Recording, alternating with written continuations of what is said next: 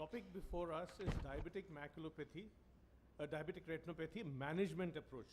But remember, to manage something, you have to have some understanding of the basics before we can go forward. Why we need to study this is really because of the fact that we know that diabetes has become the leading cause of blindness in the developed world already. And the most important thing is that it's the commonest cause of blindness in the age group 45 to 64 years, which is the most productive age group for society, because that's when people are at the peak of their careers. And unfortunately occurs in all forms of diabetes, all populations. And for us, the unfortunate thing is that we are now facing a rising trend on this. But diabetic retinopathy is not one single entity. You have something going from preclinical retinopathy, which has just basement membrane thickening, vasodilatation, and increased permeability, to all the way advanced end-stage diabetic retinal disease, where you have a TRD and you have neovascularization of the iris and the eye is gone. In between, you have non-proliferative changes and proliferative diabetic retinopathy, and maculopathy comes somewhere in the middle. But what about the causes of blindness? What are the causes of blindness? Maculopathy, yes. Is proliferative diabetic retinopathy a cause of blindness? Actually, no. Patients with proliferative diabetic retinopathy roam around with 6/6 vision. It is the sequelae of the proliferative diabetic retinopathy, whether it's a vitreous hemorrhage or whether it's a traction detachment, that actually causes the blindness. So that you must remember. If someone asks you, can you have 6/6 with PDR? Definitely, very often. Now, maculopathy is actually the commonest cause of blindness in diabetics. They say, how come? Because this is not severe vision loss. It is the commonest cause of moderate vision loss. And how do you define moderate vision loss? Moderate vision loss is a doubling of the visual angle. So a patient of 6/6 becomes 6/12, he's developed moderate vision loss. Severe vision loss is much less common. And this moderate vision loss is 5 times more common than what you see in PDR. So therefore, maculopathy is also extremely important for us. As far as proliferative diabetic retinopathy is concerned, it's the vision loss is coming from the vitreous hemorrhage, the sequelae of the vitreous hemorrhage, the retinal detachment, the distortion, and finally the neovascular glaucoma. And what does it cause? It causes a severe vision loss, definition of which is a vision of less than 5/200. That means counting finger at 1.5 meter. And what's our objective? First thing we want to do is prevent progression to sight-threatening retinopathy. If I can prevent progression, best. If I can't do that, I want to prevent the vision loss because of the maculopathy or the sequelae of the proliferative diabetic retinopathy. And if I can't even do that, then I want to treat the vision loss, which has occurred either because of the vitreous hemorrhage or any of the other conditions, by appropriate management. So how do we go ahead? For prevention of progression to maculopathy and proliferative diabetic retinopathy, there is a role of medical management. It's important to remember that, and it's important to stress on that for all your patients.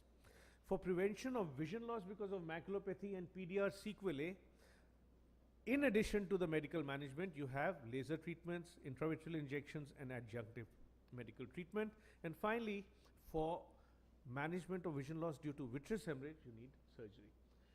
Now, of all these, metabolic control, hypertension, management during pregnancy, and dyslipidemia are the things you can really do something about. For the rest, you can't. And the role of metabolic control was suggested by the DCCT trials and the UK PDS trials. It's important to remember that in patients with no retinopathy as well as those with existing retinopathy, control of diabetes can decrease the rate of progression to more severe forms of retinopathy. Now, once you've done the systemic care, what else do you need? You want to prevent vision loss, you need to have early diagnosis, adequate treatment, you want to treat with different strategies, and a rigorous follow-up. So the first question comes, when should I follow up the patient? So the important thing is, for IDDM patients, it's not that the moment that IDDM is diagnosed, he needs a fundus examination. You need your first examination within 5 years of onset, or immediately after puberty, because there are some patients who get it before puberty. Those will need at puberty. But for NIDDM patients, the first fundus evaluation must be at the time of diagnosis. 20% of patients are likely to have changes when they are first seen right at the time of diagnosis. Now, what about the follow-up? The minimum follow-up is annually. However, depending on what were the abnormalities on your first examination, the follow-up durations will vary. And it could be as often as 2 to 3 months if you have severe changes, but if it's less, if there are very few changes, you may, if there is no macular edema, very mild NPDR, you could even go to once a year follow-ups. The other important thing is what to look for. Now, in the non-proliferative stage, you have microaneurysms, retinal hemorrhages, which are dot or blot, hard and soft exudates, venous beading, dilatation, edemas. Maculopathy has macular thickening, exudates. You know all this. The question is, how do you define all these? What is a microaneurysm? A microaneurysm is a lesion which is less than 125 micron in size. That is 1/12 by the diameter of the optic nerve, or the optic disc, or the size of a major vein at the disc margin. That's how you know. It's less than that. That is, and it has a sharp margin. This is a microaneurysm. On the other hand, a retinal hemorrhage has irregular margins, irregular density, often surrounds a central punctate lesion, which is the microaneurysm. What are edemas? Intraretinal microvascular abnormalities are intraretinal tortuous vessels which are less than 31 micron in diameter. So let's just see. Over here, you'll see that along with, you have the hemorrhages which are bigger, you have the smaller lesions which are the microaneurysms, and of course there's some, along with the microaneurysms, there are also some hemorrhages. But see over here, if you can see this, you can see the tortuosity of these vessels. These are very fine vessels, much clearer seen on an angiogram than clinically, but you can make them out on a clinical examination also. The other important thing is, are you dealing with hard exudates or drusen? How do you differentiate? A drusen is deeply located at the level of Brooks membrane, scattered or clustered near the center of the macula, as you see over here, round, have a dull appearance, and may have some pigment. Whereas hard exudates are superficially located, very easily seen on the OCT anyway, and they are in the outer retinal layers, located near prominent microaneurysms or near zones of retinal thickness. They are irregular, shiny or waxy, and no pigment is there next to them. Now remember, every exudate does not mean macular edema.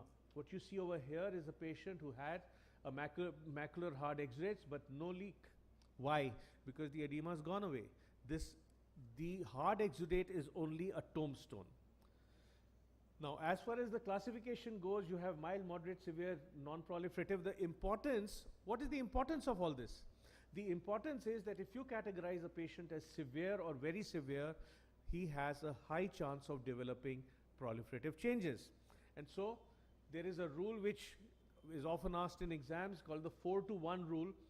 In severe NPDR, if you have, how do you define it? If you have severe intraretinal hemorrhages and microaneurysms in all 4 quadrants, or if you have venous beading in 2 quadrants, or if you have edemas in 1 quadrant, any of these 3 is enough to say you're dealing with severe NPDR.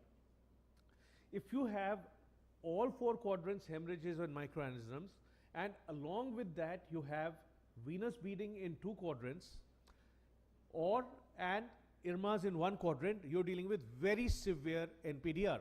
And the importance of that is severe NPDR progresses to PDR in 52% in 1 year. Very severe NPDR progresses in 75%, and in case of PDR with high risk characteristics, the figures go to 15 and 45%. So therefore, it means that these are the patients who need treatment from your point of view much faster. NVD, you know the NVD, what you really need to know is what is the definition of high-risk PDR. If you have any neovascularization on the disc with which is hemorrhage, it is NVD it is high-risk PDR. If you have a moderate NVE with vitreous hemorrhage, it is still a high-risk PDR. Now, people often say the role of angiography has become less. It has become less, but it's not gone away. It still has a role in initial evaluation for diagnosis as well as for management planning, and later on also to see whether you have adequacy of treatment. OCT, you all know, you can use it to see the thickness of the macula, whether there's traction, what is the result of your treatment, and whether there's any recurrence. So just to show you some things you can pick up. You can pick up over here, you can see these extensive capillary non-perfusion areas. You can pick up these small neovascularizations which you could miss. So documentation is easy with an angiogram, and you can confirm regression very easily on an angiogram. As you can see over here, a small neovascularization could easily be missed on a clinical examination.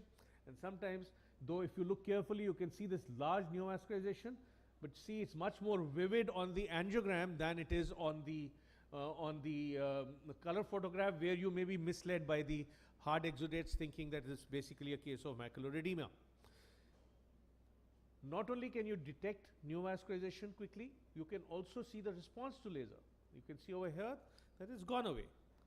You can pick up ischemic maculopathy. So it tells you that your patient is not improving, not because even though the macular edema has gone away, because the macula is ischemic. This is an ischemic maculopathy, broken FAZ, so that's why he's not improving. Also helps you to plan. If there are leaks which are far away from the fovea, you can think of doing laser. Those which are close to the macula, you can't do the laser, you would probably think in terms of anti-VEGF agents. And finally, in terms of diagnosis of diffuse diabetic macular edema, where you have a late leakage from an unknown source, as you see over here. But let me tell you, there is a controversy regarding the diagnosis, and there are multiple definitions given, so you should be prepared with those. So you don't need fluorescein angiograms in every patient, but in patients who have maculopathy or severe NPDR, you do need it. And in patients with PDR, it can help you to document your presence of neovascularization as well as the regression of the with treatment. But for the examination, please remember very clearly, whatever the FA makes your job quicker and easier, which is what I will do in my clinical practice. But if you are asked in the exam, do you need angiogram to diagnose CSME? No. Categorically no. Diagnosis of CSME is a clinical one based on stereoscopic examination using a 90D, and now in today's world confirmed with an OCT. PDR is a clinical diagnosis. Again, you can make the diagnosis with ophthalmoscopy. So you're only using the angiogram to make your life easier. What about our approach to management? The first thing, of course, as I said, medical treatment of the systemic disease, and then you have the other things which we'll come into. For medical management, you need to manage dyslipidemia, you need to manage the blood sugar, hypertension, and nephropathy, all of which contribute to the maculopathy. And this is just to show you patients who improved with only medical management. Nothing else was done. Now let's come to maculopathy. You all know the definitions. The most severe form is retinal thickening involving the foveal center. The second category is hard exudates within 500 micron of the foveal center with adjacent retinal thickening. The last one is retinal thickening greater than 1 disc area, some part of which is within 1 disc diameter of the foveal center. And obviously this can have 6/6 vision. But nowadays, what is talked about is mainly center involving diabetic macular edema, which is the most severe form of the diabetic CSME. Remember, the important thing which is not talked in these cases is that you can have the source of the edema, the source of the leaks, more than 500 micron from the foveal center, and the center may be involved.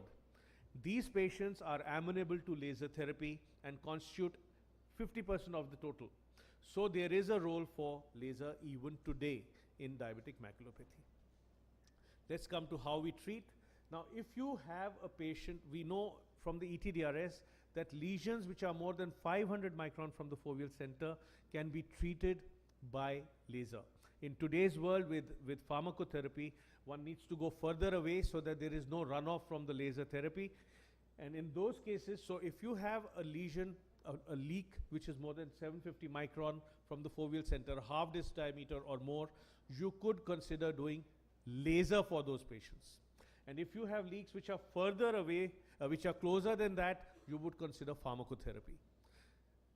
This laser which we do can result in complete resolution of edema, but the important thing is you need to give time to control dyslipidemia. It is not done in patients with dyslipidemia, and the laser currently would be preceded with anti-VEGF agents 10 to 14 days earlier to bring down the level of edema and bring down the amount of power required for treating your patients. The focal macular laser, as it used to be done and is still done, is a 100 micron burn where the endpoint is a dark red color or a blanching of the microaneurysm. Either of the two are endpoints. The grid I'm not going to go because it's not a common thing now. Yeah, so the reason why laser has become less popular, and often you'll hear the word that, well, it had worse results in the RESTORE and DRCR-NET studies. But this was a fallacy if you really look at this. If you see, these are patients who got only anti-VEGF agent, no laser. These are patients who got laser also. So it said that these seem to be doing not as well, but this difference which we see is actually because of a grid laser, which nowadays has gone out of vogue. In focal laser, the effects of laser do not cause a deleterious effect on the overall outcomes. The other important thing which comes up is, can ischemic maculopathy with edema be treated with anti-VEGF agents? And this study which have been done have shown that yes, there is no worsening in the status of macular perfusion with ranibizumab. So what have we learned from the various studies that have dealt with anti-VEGF agents? They have shown us a lot of things regarding how to manage, and we will discuss them shortly. There is also a role of topical NSAIDs, and that is because in the form of nepafenag has been shown in patients who have cystoid macular edema due to diabetes, along with diabetes. That aspect of the macular edema can be treated. The fact is that the basic treatment nowadays is with anti-VEGF agents, which I just showed you, of which ranibizumab, aflibercept, and bevacizumab are common, and we have biosimilars coming up. What have they shown? They have shown that anti-VEGF agents can improve the vision in patients who are given these on a regular basis. The other important thing is that a delay for a year or so did not affect the outcome. So it is not an emergency that you need to treat with anti-VEGF. You can treat it along with control of the medical factors and other factors that are existing. The other important thing is that if you treat these patients religiously, that means the first year and the second year and the third year, the number of injections goes down from 7 in the first year, 4 in the second year, and 2 to 3 injections in the third year. So it's a finite disease as opposed to ARMD. That's very important. If you treat the patients properly, the number of injections will go down, the treatment will finally stop. So what have we learned from anti-VEGF studies on anti-VEGF for diabetic macular edema? Within 12 months, you end up with stabilization with the initial intensive therapy, the loading dose as well as the PRN. Usually, it takes 6 months of monthly doses to reach that stabilization point. Once you reach the stabilization point, there's no further improvement in the second and third year. The number of injections goes down in the second and third year if you treat them properly. And the most important thing, a quarter of the patients do not need any treatment in the second and third year. At the same time, there are 20% patients who are non-responders and need monthly treatment for all this time, and that's why there is a need for an alternative treatment. Finally, delay in initiating the treatment, as I said, did not prevent the improvement in second or third year, but that does not mean you cause an unnecessary delay. And as I said, macular ischemia did not adversely affect the results. Now the question is, okay, so anti-VEGFs work, but we know there are many of them. So which is the best? Let's see. This is protocol T, which compared bevacizumab with aflibercept and ranibizumab. In patients who had very good vision, that is 612 or better, all the three drugs seem to do equally well. But in patients who had 615 or less vision, the patients who were on aflibercept seemed to do better in the first year. And the worse the vision, the better the results with aflibercept. However, the initial gains seem to reduce in the second year, so that by the end of the second year, both the drugs, aflibercept and ranibizumab, were more or less similar in their action. For those who say that all the drugs are equal, this is just to show you that the drying with Avastin is not as good. So it works. Now these are the patients who had good visual acuity. So in them, the vision was maintained, but the drying of the lesion was not as good. So yes, the drug works. It doesn't work as well as aflibercept and ranibizumab, but in patients who can't afford these two, it is definitely a treatment which is worth pursuing. How do you now actually treat your patient? If your patient comes with a vision of better than 6/9 and N6 vision, I would not treat him. I would not give anti-VEGF agents. I would put him on topical anti-VEGF, NSAIDs. Why? Because the protocol T tells us that this patient, once started on treatment, will require something like 8 to 9 injections per year. And if we don't start them, he's not losing anything. So the safest approach is to start the treatment, do a continuous monitoring, and treat only when you get a sign of deterioration. And this is just to show you a patient who for 8 years did not deteriorate on topical anti-VEGF or topical NSAIDs. However, once either the near vision or the distant vision decreases, anti-VEGF agents need to be given on a regular basis. They are PRN from initiation and given till you reach a vision of better than 612 and a normalization of the foveal contour, and then you stop the treatment. As long as you're getting an improvement, you'll continue to treat. And once you get no more, you stop. But if you have reached a point where you're not improving and the vision has not become 6/6, 6/9, then you need to consider a change to steroids. Steroids could be given are usually given intravitreal now, either as implants or as triamcinolone. Both work, but the implants seem to be safer. And these are indicated in patients who have a non-resolving macular edema. So in patients who have a non-resolving macular edema, you could end up getting a response to steroids which were not responding to anti-VEGF agents. So this is just to show that. When you're looking at a patient of diffuse diabetic macular edema, must rule out traction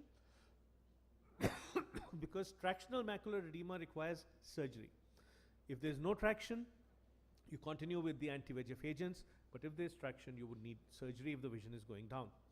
In ischemia, if you have macular edema, you would still go ahead and treat with anti-VEGF agents.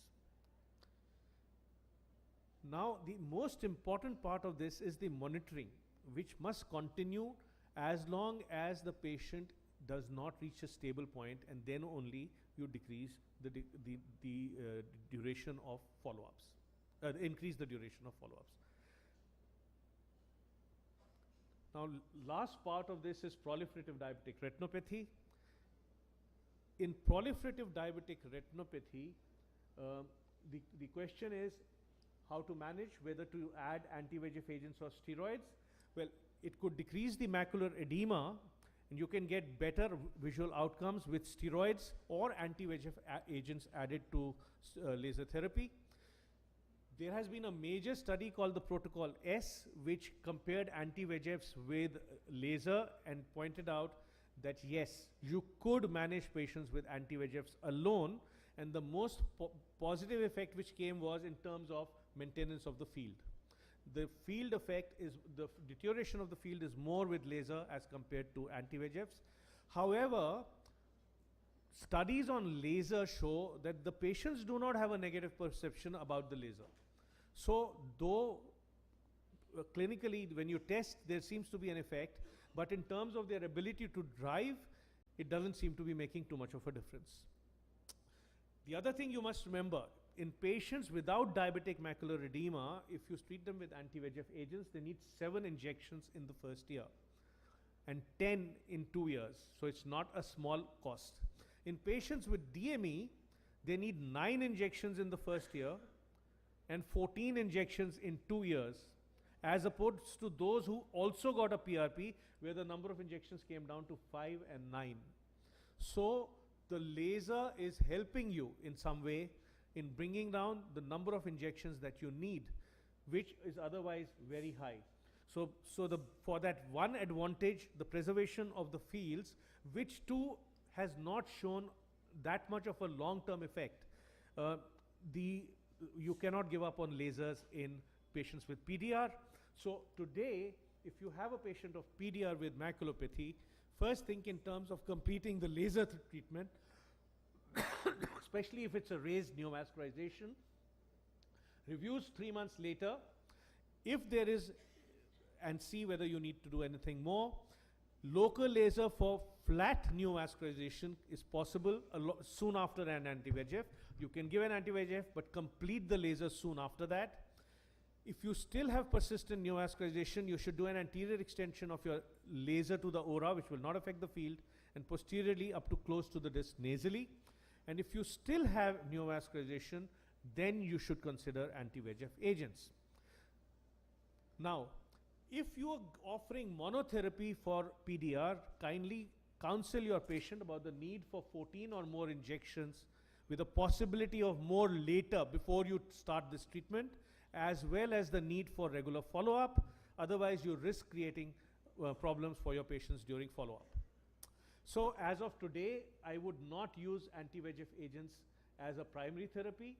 I would use it preceding a surgical intervention, maybe 2 to 4 days before a vitreoretinal surgery, and in patients who have been previously completely lasered with small recurrent bleeds if they've been having. Now, a patient like this is definitely not indicated for laser. So as of today, lasers are still the mainstay. At the same time, you're not going to do laser for mild, moderate, or moderately severe NPDR.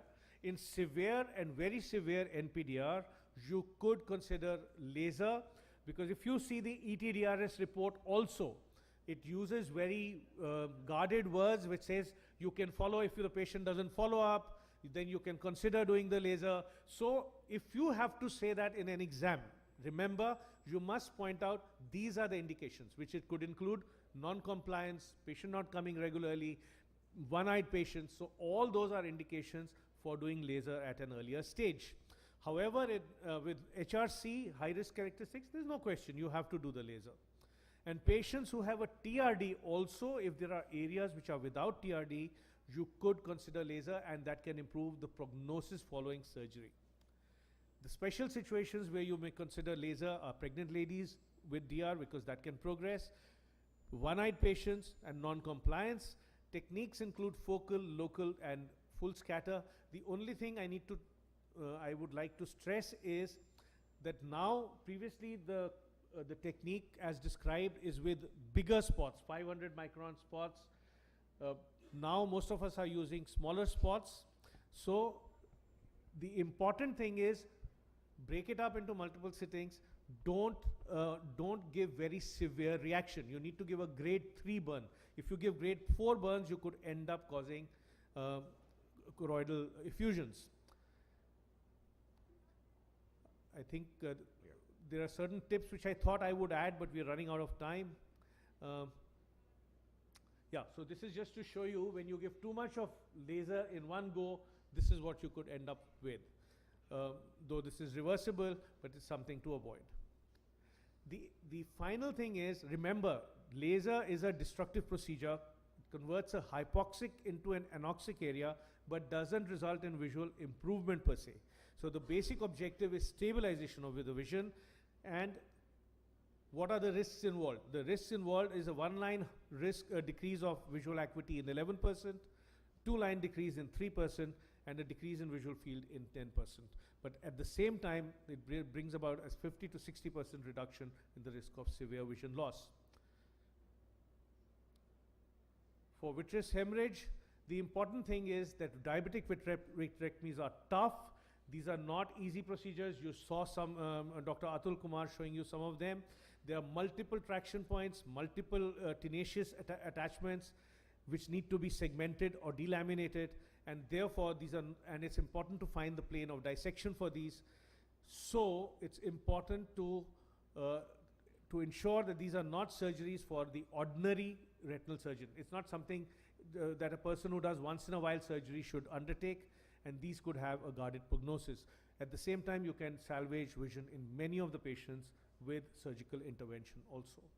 Ladies and gentlemen, to conclude, prevention of diabetes blindness requires active cooperation of the medical fraternity, who need to refer patients on time before the patients develop sight-threatening vision loss.